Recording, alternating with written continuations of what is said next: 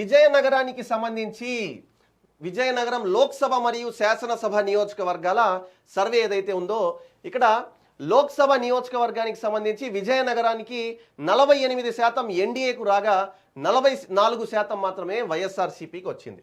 ఇక్కడ చూసుకుంటే 48%తో ఈ ఉమ్మడి అభ్యర్థి ఎవరైతే ఉన్నారో తెలుగుదేశం పార్టీకి చెందిన అభ్యర్థి ఇక్కడ గెలిచే అవకాశాలు ఉన్నాయి.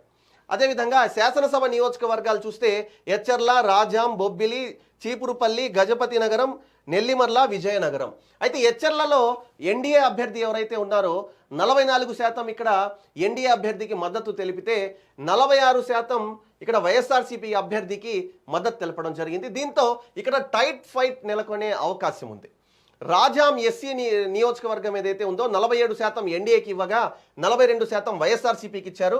కాబట్టి ఇక్కడ క్లియర్గా తెలిసేది ఏంటంటే 47%తో ఇక్కడ ఉమ్మడి అభ్యర్థి ఎవరైతే ఉన్నారో కూటమి ఉమ్మడి అభ్యర్థి తెలుగుదేశం పార్టీకి చెందిన వ్యక్తి గెలిచే అవకాశం ఉంది. బొబ్బిలిలో 49% ఎన్డీఏ అభ్యర్థికి ఇవ్వగా 41% ఇక్కడ వైఎస్ఆర్సీపీ అభ్యర్థికి ఇచ్చారు. దీంతో ఇక్కడ క్లియర్గా తెలిసింది ఏంటంటే 49%తో కూటమి అభ్యర్థి ఎవరైతే ఉన్నారో తెలుగుదేశం పార్టీకి చెందిన వ్యక్తి గెలిచే అవకాశం ఉంది.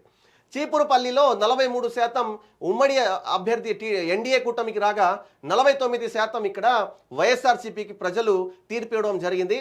దీంతో ఇక్కడ వైఎస్ఆర్సీపీ చీపురుపల్లిలో గెలిచే అవకాశం ఉన్నట్లు చెబుతున్నారు. గజపతి నగరంలో 43% ఎన్డీఏ కూటమికి ఇవ్వగా 46% వైఎస్ఆర్సీపీ అభ్యర్థికి ఇవ్వడం జరిగింది.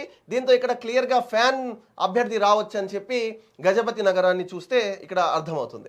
నెల్లిమర్లలో 45% ఎన్డీఏ కూటమికి ఇచ్చారు, 47% ఇక్కడ వైఎస్ఆర్సీపీకి ఇవ్వడంతో ఇక్కడ టైట్ ఫైట్ నెలకొనే అవకాశం ఉన్నట్లు కూడా తెలుస్తోంది. ఇక విజయనగరం చూస్తే 47% ఇక్కడ ఎన్డీఏ కూటమికి ఇవ్వడం, 43% ఇక్కడ వైఎస్ఆర్సీపీకి ఇవ్వడంతో ఇక్కడ ఎన్డీఏ కూటమి అభ్యర్థి ఎవరైతే ఉన్నారో తెలుగుదేశం పార్టీకి చెందిన వ్యక్తి విజయనగరంలో విజయ ఢంకా మోగిస్తారని చెప్పి దీన్ని చూస్తే అర్థమవుతుంది.